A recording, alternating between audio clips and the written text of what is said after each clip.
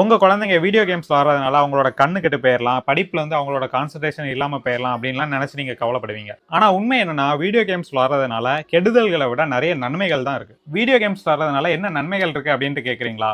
சொல்றேன் கேளுங்க. கேம்ஸ் விளாடுறதுனால உங்க பசங்களோட anxiety and stress levels reduce ஆகும். நம்ம எப்போ பார்த்தாலும் அவங்கள படின்ட்டு ஸ்கூல்லையும் வீட்லையும் டார்ச்சர் பண்ணிட்டு இருக்கோம். அவங்களுக்குன்னு ஒரு ரிலாக்ஸேஷன் பீரியட் கண்டிப்பாக தேவை. இந்த கேம்ஸ் வரதுனால அவங்களோட மைண்ட் ரொம்பவே ரெஃப்ரெஷ் ஆகுமா. ஸ்ட்ராட்டஜிக் கேம்ஸ் நம்மளோட பிரெயின் டெவலப்மெண்ட்க்கு ரொம்பவே ஹெல்ப் பண்ணுதான்.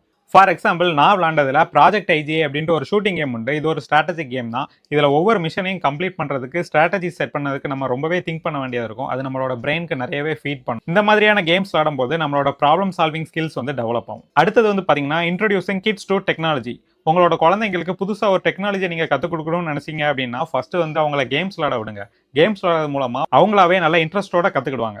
அப்புறம் அந்த நீட் ஃபார் ஸ்பீட் மாதிரியான கார் ரேஸ் கேம்லாம் விளாடும் போது உங்களோட ரியாக்ஷன் டைம் இன்க்ரீஸ் ஆகிறதுக்கு வாய்ப்பு இருக்கு. நம்மளால எல்லாத்துக்கும் உடனடியாக ரியாக்ட் பண்ண முடியும், சுறுசுறுப்பாகவும் மாறலாம். அடுத்தது பில்டிங் ரெசிலியன்ஸ், அதாவது தோல்வியை அக்செப்ட் பண்ணிக்கிறது, வெற்றிக்கு தொடர்ந்து முயற்சி பண்ணிட்டே இருக்கிறது.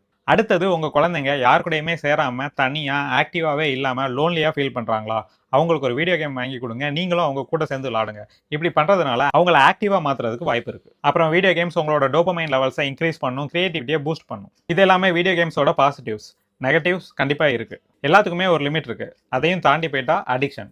முக்கியமாக இந்த பசங்க ஃபோனில் பப்ஜி, ஃப்ரீ ஃபயர் மாதிரியான கேம்ஸ்லாம் விளாடுறாங்க. இப்படி கேம் விளாட்றதுனால எந்த பயனுமே கிடையாது. அவங்களுக்கு ஒரு பிளே ஸ்டேஷனோ இல்லைனா பிசியோ வாங்கி கொடுங்க. அதில் நல்ல ஸ்ட்ராட்டஜிக் கேம்ஸ் அவங்க விளாண்டாங்கன்னா கண்டிப்பாக நான் சொன்ன இந்த பெனிஃபிட்ஸ் எல்லாம் அவங்களால அடைய முடியும். பட் அதுக்கு ஒரு டைம் லிமிட் செட் பண்ணிக்கோங்க. இந்த டைம்குள்ளே தான் நீ விளாடணும், அப்போ தான் நான் உனக்கு அது வாங்கி தருவேன். நீ எக்ஸாமில் எவ்வளோ ஸ்கோர் பண்ணேன்னா நான் உனக்கு இது வாங்கி தரேன். இந்த மாதிரி ஒரு டீல் பேசி எக்ஸாம்லேயே அவங்க நல்லா பெர்ஃபார்ம் பண்ண வைங்க. அதே மாதிரி வீடியோ கேம்ஸ் விளாண்டு அதனால் கிடைக்கக்கூடிய பெனிஃபிட்ஸையும் அவங்கள அடைய வைங்க. வீடியோ கேம்ஸ் பார்த்தீங்கன்னா ஒரு சுவாரஸ்யமான ஃபேக்ட்ஸ் உங்களுக்கு சொல்கிறேன். கடந்த 2010 வருஷம் கால் ஆஃப் டியூட்டி பிளாக் ஆப்ஸ் அப்படிங்கிற ஒரு கேம் ரிலீஸ் ஆச்சு. இது ரிலீஸ் ஆன கொஞ்ச நாள்லேயே பார்த்தீங்கன்னா 600 மில்லியன் ஹவர்ஸ் விளையாடப்பட்டிருக்கு. அது கிட்டத்தட்ட பார்த்தீங்கன்னா 68,000 வருஷத்துக்கு சமம். இவ்வளோ செலவு பண்ணி கேம் கன்சோல்லாம் என்னால் வாங்க முடியாது அப்படின்னு நீங்கள் நினச்சிங்கன்னா, இந்த மாதிரியான சின்ன கன்சோல் வெறும் 500 ரூபாய்க்கு கிடைக்குது. இதை நீங்கள் டிவியில் கனெக்ட் பண்ணி சூப்பர் மேரியோ மாதிரியான 90s கிட்ஸ் கேம்ஸ் எல்லாமே விளாடலாம். இந்த வீடியோவோட நோக்கம் இந்த கேம் கன்சோலை விற்கிறது கிடையாது. வீடியோ கேம்ஸ் விளாட்றதுனால நமக்கு என்னென்ன பெனிஃபிட்லாம் கிடைக்கும் அப்படிங்கிறத புரிஞ்சுக்கிறதுக்காக தான். என்னோட எக்ஸ்பீரியன்ஸில் நான் பார்த்த கேமர்ஸ் எல்லாருமே நல்ல கிரியேட்டிவ் மைண்ட் செட்டோட நல்ல டெக்கியாகவும் இருக்கிறாங்க. இந்த தகவல் உங்களுக்கு பிடிச்சதுன்னா ஒரு லைக் பண்ணுங்கள். உங்களோட கருத்துக்களை கீழே கமெண்ட்டில் சொல்லுங்கள்.